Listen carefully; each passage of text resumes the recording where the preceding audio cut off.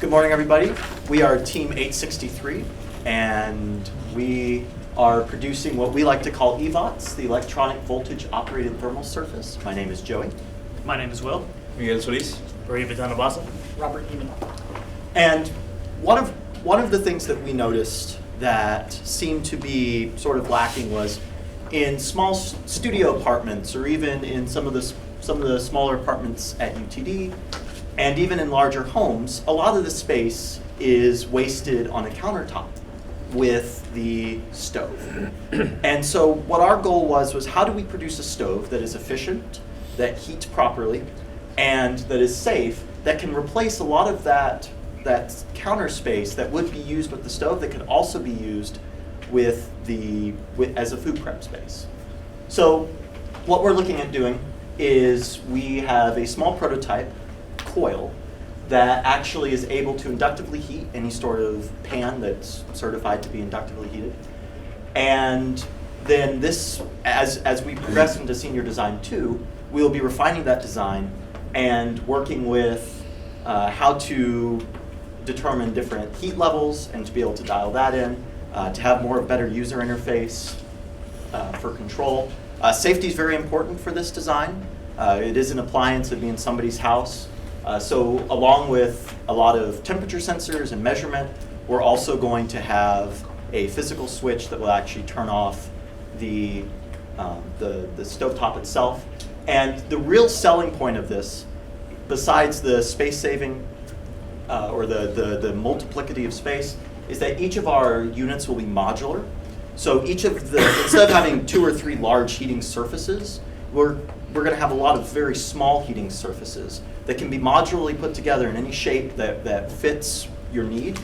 And then that allows you to get better heating over, say, a larger pan, or you could put potentially more smaller pans across the same surface to be able to get the best utilization of the space. And with that, we will open it up to questions.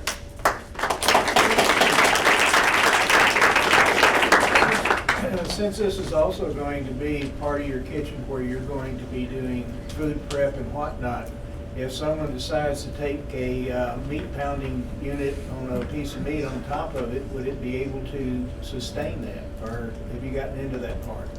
That would depend on the surface material that is being used, and we hope that the surface material is able to be customized, but that is for a future goal. That's a stretch goal. At the moment, we're just using ceramic tile as a testing surface. And the reason that we pick ceramic tile is because it's durable and it's easy to clean, and we've been able to get good radiation from the coil underneath up into the ceramic tile. Since you're using many coils on this and you want to have some sort of heating or cooking type of influences, how do you ensure that there's even heating across the way, right? Because you hate putting your pan there, wanting to get hot water, and then you get like an uneven heat. It's not heating as fast as you want it to. So our detection devices, either IR or Hall effect, we haven't decided which one just yet. We're leaning more towards the IR because the Hall effect is affected by magnetic fields, which the coils produce. We are hoping that when we set down a pan, we can detect the coils that it's on, and then use those coils themselves as one whole section, and then it won't be affected by the rest of the stovetop.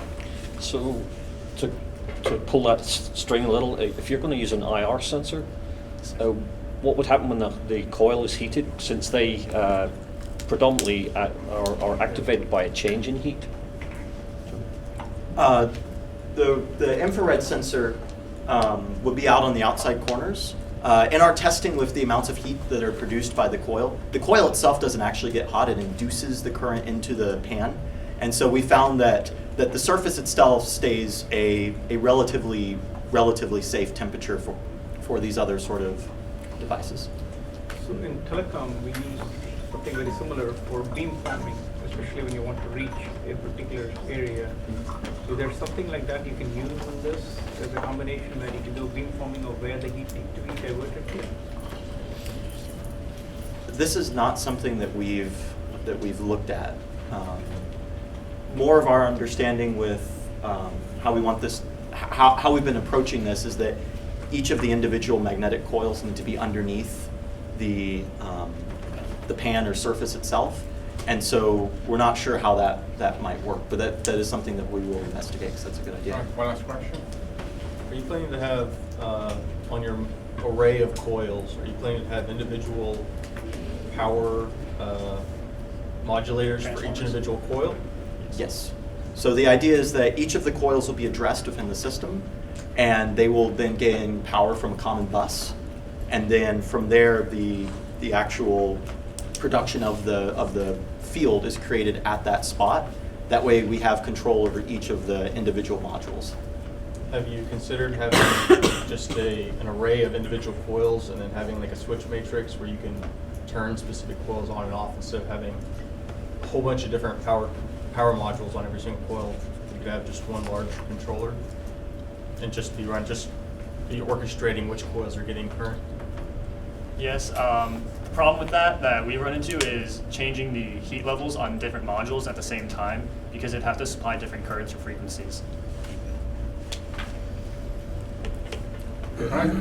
Thank you.